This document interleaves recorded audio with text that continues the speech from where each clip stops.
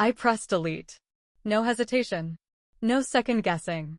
No deep breath to steady myself. Just a single, decisive tap. The screen flashed white. Account permanently deleted. That was it. 10 years of carefully curated perfection, wiped out in an instant. I stared at my phone, waiting for something to crash over me. Regret. Panic. A desperate need to undo it. But there was nothing. Just a strange, hollow silence. I set the phone down on the table like it might catch fire. My heart pounded, my skin hot. This was what I wanted. No more endless scrolling, no more chasing numbers, no more pretending to be someone I wasn't. I was free. Then my phone buzzed. A text popped up. Adam, what the hell did you just do? My stomach clenched. Another buzz. Adam, call me. Now. I swallowed, my fingers tingling. I hadn't expected this. Another vibration. This time, a call. Adam.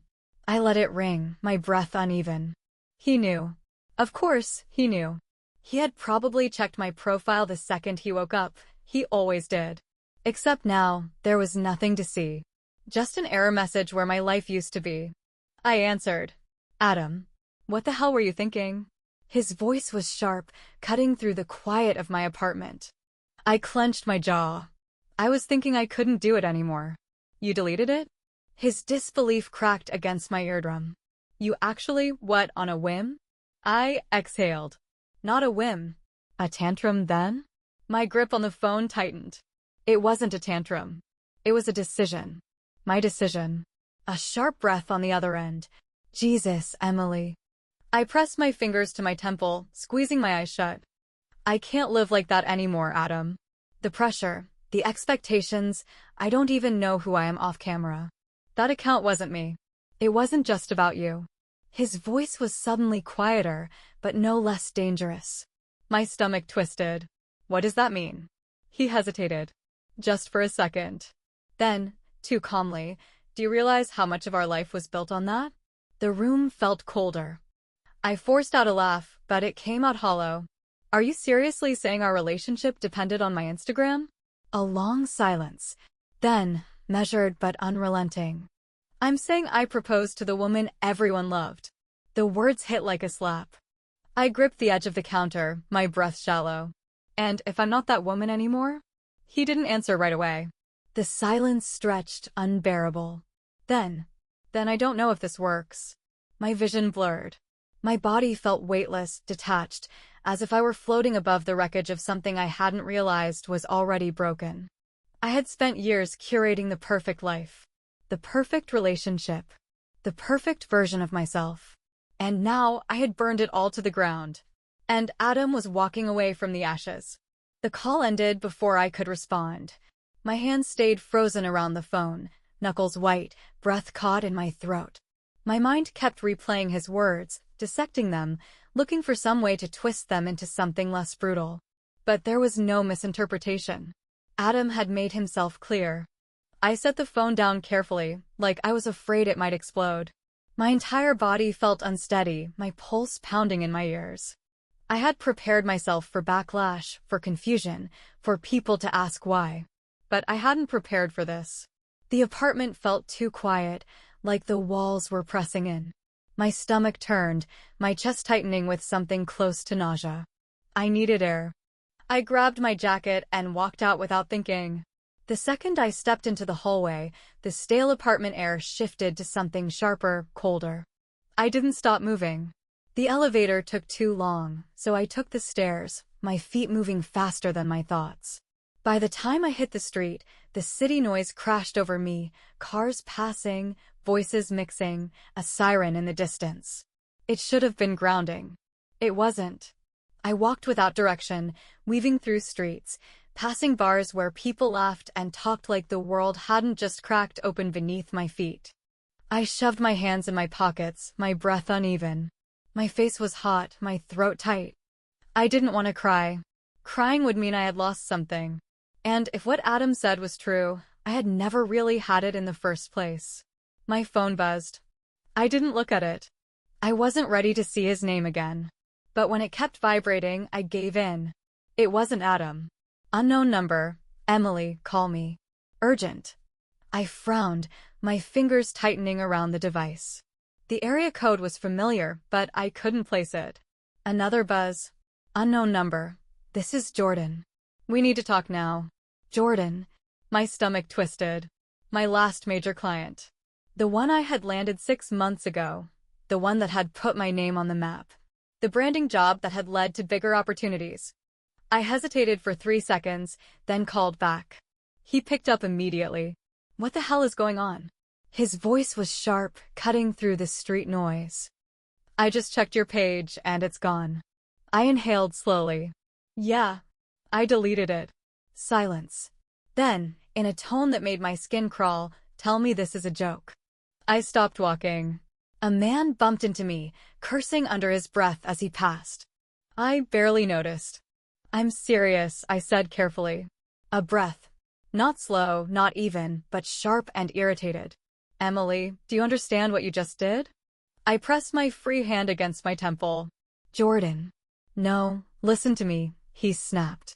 Your audience was half the reason I hired you. I needed someone with reach. Influence. That was part of our agreement. I gritted my teeth. You hired me because I'm good at what I do. And because you had visibility, he shot back. You deleting that account, it makes me look bad. Clients trust you because they see you. Without that, you're just another designer.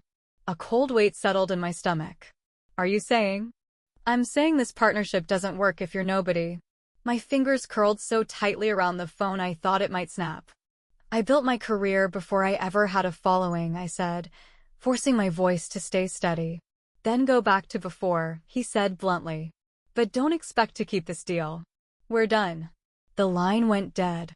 I pulled the phone away from my ear, staring at the screen like it might change what had just happened. My chest rose and fell in uneven breaths, my skin prickling despite the cold. Adam had made it clear I wasn't the woman he wanted without that account. Now my biggest client had made it clear I wasn't the designer they wanted either. Everything I had built had been tied to that platform more than I ever realized. I thought deleting it would free me. Instead, it had erased me. I didn't move. The city kept moving around me, but I stayed frozen on the sidewalk, phone still in my grip, Jordan's final words hanging in the air like a threat. People brushed past, barely noticing. A car honked somewhere in the distance. Someone laughed nearby.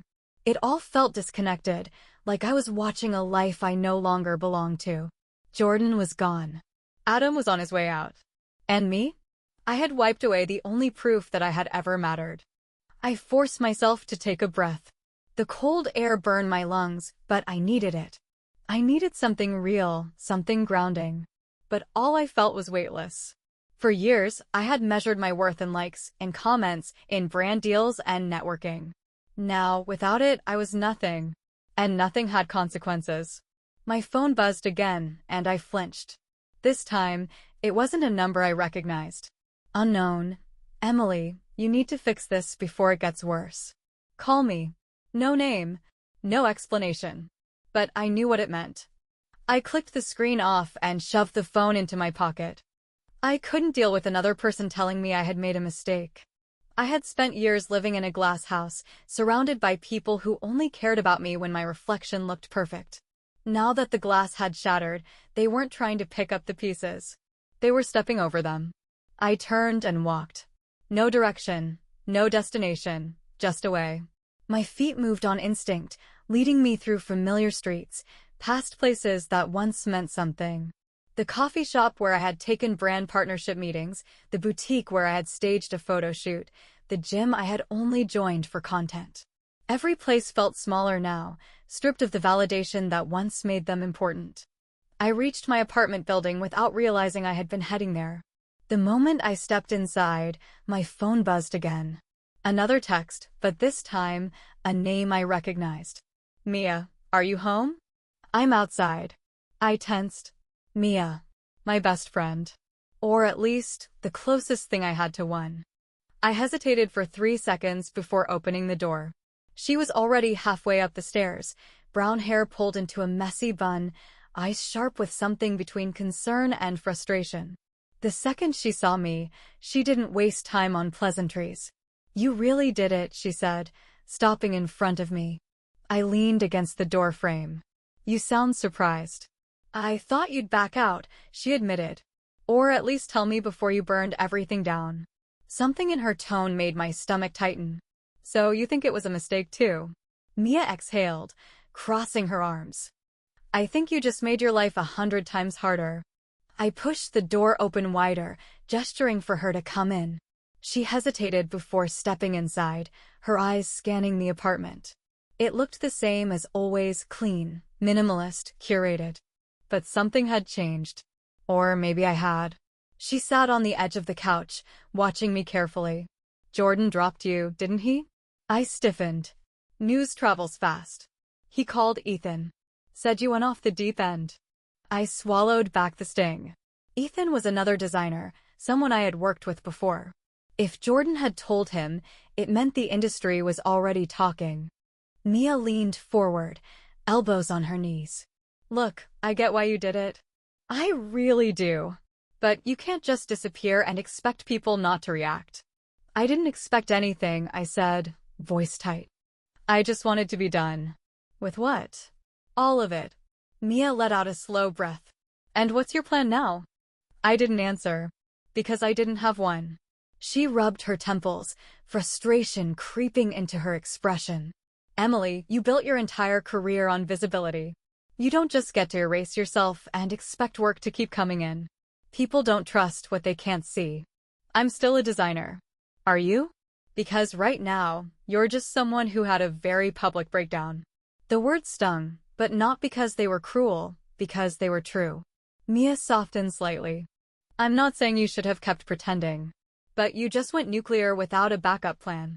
You think people are going to start hiring you based on talent alone? I stared at the floor. They should. But they won't. Silence. Then, quieter, Adam called me. I looked up sharply. What? She shifted. He's freaking out. He thinks you're self-destructing. My jaw clenched. He's just mad that he proposed to a brand instead of a person. Mia's lips pressed together. She didn't argue. I crossed my arms. So what? You're here to talk me into crawling back? Begging for my old life? No, she stood, eyes steady on mine. I'm here to make sure you don't let this destroy you. I held her gaze, something unspoken hanging between us. Then she pulled out her phone and handed it to me. You might want to see this. I hesitated before taking it. The screen was open to an article. My name was in the headline. Influencer designer Emily Hart deletes social media in sudden spiral, career over? My stomach dropped. Mia watched my reaction carefully. This is just the beginning. I forced myself to breathe. Forced myself to stay still. I had wanted freedom. But this wasn't freedom. This was a reckoning. The headline stared back at me, cold and final. My name, the words sudden spiral, career over, plastered across a news site I had once been proud to be featured on. I had spent years controlling my narrative, curating every image, every caption, making sure the world saw me exactly how I wanted to be seen. Now, the control was gone. Strangers were writing my story for me, and they had already decided how it ended. I handed Mia's phone back, my fingers steady even though my pulse wasn't. It doesn't matter, I said, but the words felt thin. She studied me. People are going to keep talking. And it won't just be articles. Your old clients, your contacts, people in the industry, they're all watching to see what happens next. I knew she was right. Social media didn't just disappear because you stopped posting. It lingered. It followed you. And in my case, it was turning into a spectacle. Mia's expression tightened. Adam's talking too. The words landed like a blow. What? He's not saying much, but people are asking, and he's not exactly shutting it down. The whole Emily had a meltdown thing? It's spreading. My stomach twisted. So now I'm some cautionary tale? Right now, yeah. But it's not just about what they're saying, it's about what happens next. You need to take control before this gets worse. I let out a slow breath. And how exactly do I do that? Mia didn't answer right away. Instead, she walked over to my desk and picked up a blank sketchbook. She flipped through it, empty page after empty page, then looked up. You start over. I ran a hand through my hair, frustration creeping in. Mia. Emily, listen to me. She closed the sketchbook, gripping it tightly. You're a designer. You don't need an audience to prove that. But if you let this turn you into a ghost, they win. You prove them right. I stared at her, something sharp settling in my chest. She held out the sketchbook. Show them you're still here. I hesitated before taking it. The weight of it felt heavier than it should have. I hadn't touched a blank page in months. Maybe longer. Designing had become a job, a business, a brand, something to package and sell. The last time I had done it just for myself, before the likes, before the brand deals, felt like another lifetime. Mia stepped back. People will keep talking. But you decide what they see next. She grabbed her bag and headed for the door. Before leaving, she glanced back. And for the record? If Adam can't handle you without a filter, he never deserved you in the first place. The door closed behind her. I sat down, staring at the sketchbook in my hands. Outside, the city moved on without me. Inside, the pages waited, untouched. I picked up a pencil. The first line I sketched was shaky, uncertain. My hand hovered over the page, my grip on the pencil too tight. It had been so long since I designed something without an audience in mind, without thinking about trends, engagement, or what would look best in a carefully staged flat lay. Now, there were no filters, no analytics, no brand partnerships waiting for approval. Just me, a blank page, and the quiet realization that I had no idea what I was doing anymore. I set the pencil down, exhaling sharply. The silence of the apartment was suffocating, pressing against my skull. I needed noise. Something to drown out the weight of my own thoughts. I reached for my phone, hesitated, then forced myself to unlock it. I hadn't checked it since Mia left, and now that I did, I almost wished I hadn't. My inbox was full, missed calls, unread texts, notifications from numbers I didn't recognize. Some were from old clients, some from people I hadn't spoken to in years. A few were from journalists, their messages blunt. Would love to get a statement on your departure from social media. Sources say your career is over. Care to comment? Are you planning a return? Fans are worried. Fans. As if I had been some kind of public figure instead of just a designer who had been too good at marketing herself. I scrolled past them, my stomach twisting tighter with every message. Then I saw one that made my fingers go numb. Adam, we need to talk. I clenched my jaw, debating whether to ignore it. But a second later, another text came through. Adam, if you don't call me back, I'm coming over. I swore under my breath, my pulse kicking up. The last thing I wanted was to deal with him, but I knew Adam well enough to know he wasn't bluffing. If I didn't answer, he would show up at my door, and I wasn't in the mood to let him pick apart what was left of me. I called. He answered immediately. Emily. His voice was tight, controlled. I kept mine flat. What do you want? A pause. You should have talked to me before you did this. I exhaled slowly. This again. This isn't just your mess to deal with, he snapped. Do you have any idea how many people are asking me what's going on with you? My stomach twisted. And what are you telling them? Silence. That was answer enough. I gritted my teeth. Right. Because it's easier to let them believe I lost my mind than to admit you just don't like who I am without an audience. That's not fair, he said, but the lack of conviction in his voice told me I had hit the mark. Isn't it? I pushed. Because as far as I can tell, you didn't love me, Adam. You loved the version of me that looked good in pictures. He let out a sharp breath. You're making this sound so simple. It's not. You built something incredible, and you just threw it away like it didn't matter. I threw away a lie. You threw away us. I almost laughed at the sheer audacity of it. There was never an us. There was you, and there was the version of me that fit into your life. And I'm done pretending she was real. Silence. Then, a quiet, measured, so that's it. I inhaled, steadying myself. Yeah, that's it. A beat passed. Then he exhaled, something final in the sound. I hope you know what you're doing. The call disconnected before I could answer. I let the phone drop onto the desk, pressing my hands into my temples. My body felt taut, coiled with something I couldn't name. I had been bracing for Adam's reaction, but now that it was over, there was no relief, only an exhausted, crushing weight that sat in my chest like a bruise that wouldn't fade. I turned back to the sketchbook, my fingers curling around the pencil again. This time, I didn't overthink. I just moved. The lines came easier now, less hesitant. Shapes took form, ideas emerging from muscle memory alone.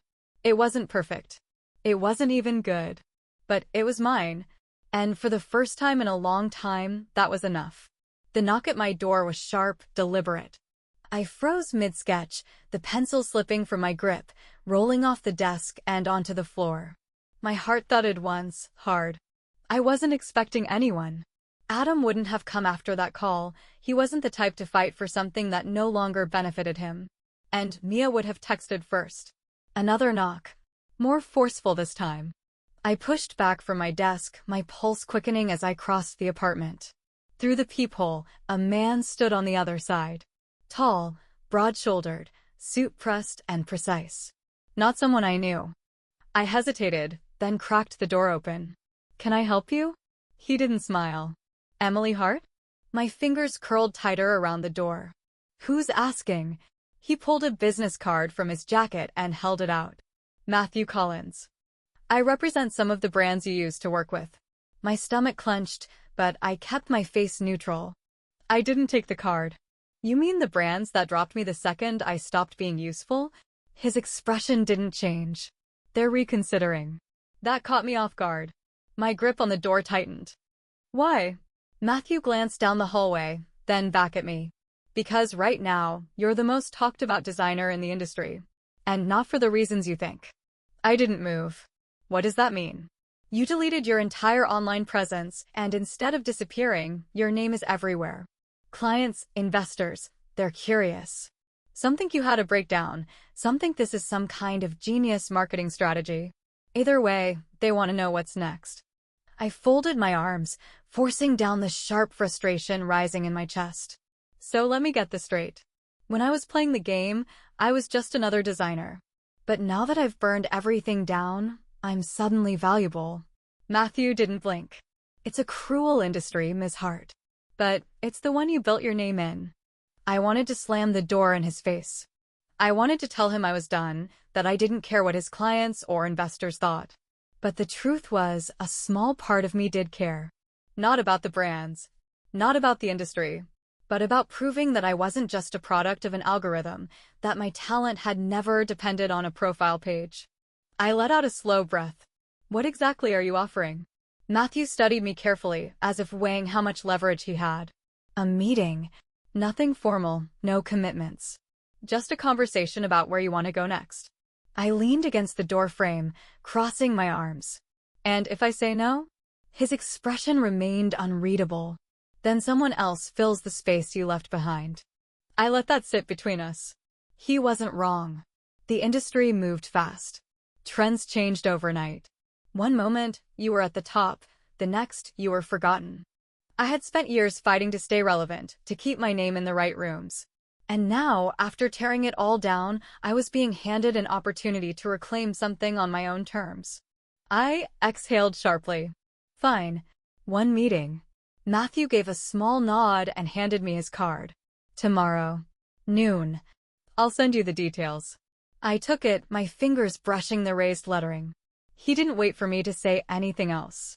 He turned and walked away, his footsteps sharp against the hallway floor. I shut the door, my mind already racing. I had expected fallout. I had expected judgment, isolation, regret. But this? This was something I hadn't planned for. I looked down at the business card. My hands didn't shake this time. Maybe I wasn't erased after all. The meeting was in a high-rise downtown, the kind of building where the air smelled expensive and everyone walked like they had somewhere more important to be. I hadn't wanted to come, but curiosity had outweighed my reluctance. If nothing else, I wanted to hear what they had to say, to see how much of this was real and how much was just another game. A receptionist led me into a conference room with floor-to-ceiling windows.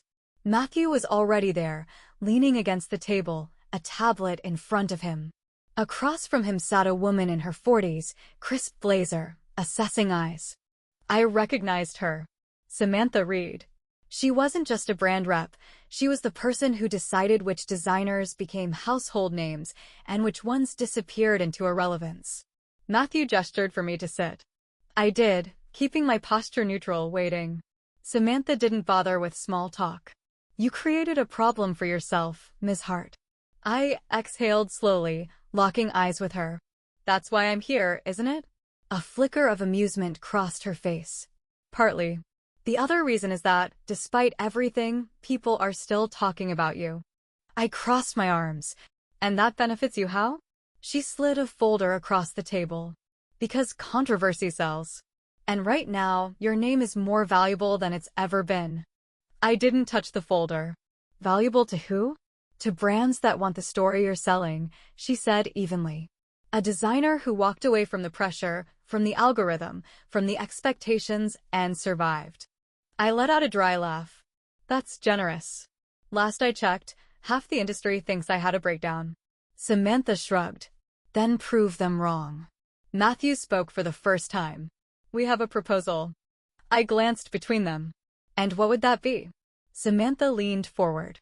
We want to relaunch you. No influencers, no staged content. Just the work. We set up an independent showcase, a full rebrand. Designers who separate themselves from social media are rare. People want to see if you can actually deliver without it. I stared at her. You mean they want to see if I fail? She didn't flinch. Some do. Others want to see if you're the real thing. My pulse was steady, but my mind wasn't. This was a risk. A setup to see if I could function without the safety net I had spent years relying on. I had been ready to walk away from all of it. Now, they were handing me an opening to step back in, but only if I could prove I belonged there. I exhaled slowly. What's the catch? Matthew answered. You work alone. No social media presence. No pre-built audience. If you succeed, it's because of the work, not the name. The air between us felt tight charged.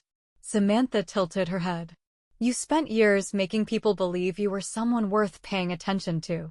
This is your chance to prove you still are. I let the silence stretch before speaking. When do we start? The first day in the studio felt wrong. Too quiet. No notifications. No messages. No endless cycle of checking analytics, planning the next post, tracking engagement. Just a blank workspace and the knowledge that this time, no one was watching. I stood in the center of the room, staring at the empty drafting table. The last time I had designed something without thinking about how it would look on a screen, I had been a student, working late in a shared studio, surrounded by people who actually cared about the process, not the presentation. That version of me felt distant, almost impossible to reach. I sat down, forced myself to pick up a pencil. The first line came slowly, hesitant. The second was easier. An hour passed without me realizing. Then two. My phone stayed on the other side of the room, untouched. By the time I finally stepped back from the page, I was breathing easier. The design wasn't perfect, but it was real. And for the first time in years, that felt like enough. I was still studying the sketch when the door opened. Matthew stepped inside, glancing at the work before looking at me. You're making progress. I exhaled, stretching my fingers. Something like that.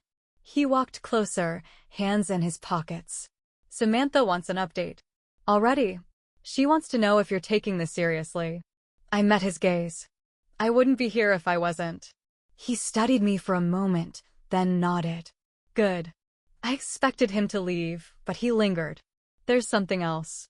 I tensed. What? He pulled out his phone, scrolled for a second, then turned the screen toward me. An article. Another headline with my name in it. Emily Hart's disappearance wasn't a mistake, it was a strategy. My stomach tightened. I scanned the text, my pulse picking up. Sources claim Hart's decision to wipe her online presence was a calculated move. Insiders speculate she's preparing for an industry comeback under an exclusive contract. But is this a brilliant rebrand or a last attempt to stay relevant? I clenched my jaw. This isn't true. Matthew didn't react. Doesn't matter. I pushed the phone away. I deleted my account to get away from all of this.